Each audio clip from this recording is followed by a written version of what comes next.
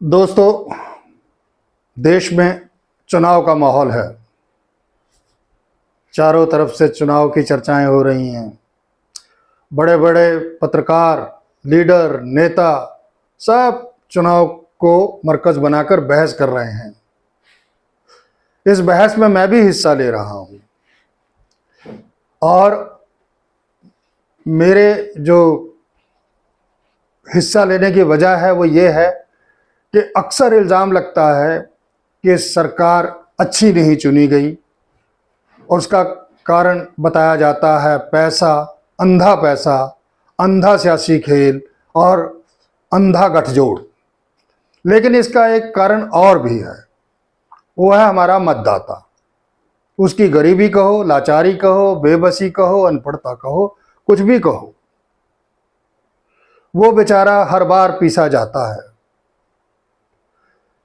इस मौजू पर मैंने एक नज़्म लिखी है, आप लोगों के सामने पेश कर रहा हूं।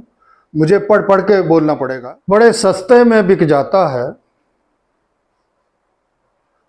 वो जो इस देश का मतदाता है। बड़े सस्ते में बिक जाता है वो जो इस देश का मतदाता है।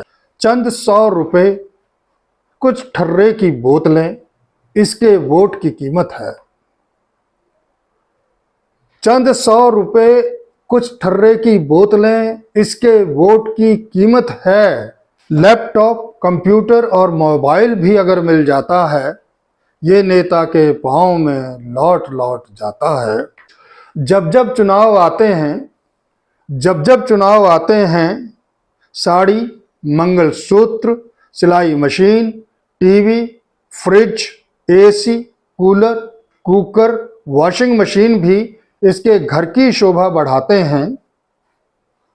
लेकिन जब चुनाव नतीजे आते हैं, ये हक्का बक्का रह जाता है। बड़े सस्ते में बिक जाता है वो जो इस देश का मतदाता है। मतदाता भी क्या करे जो इसकी उम्मीद बढ़ाता है।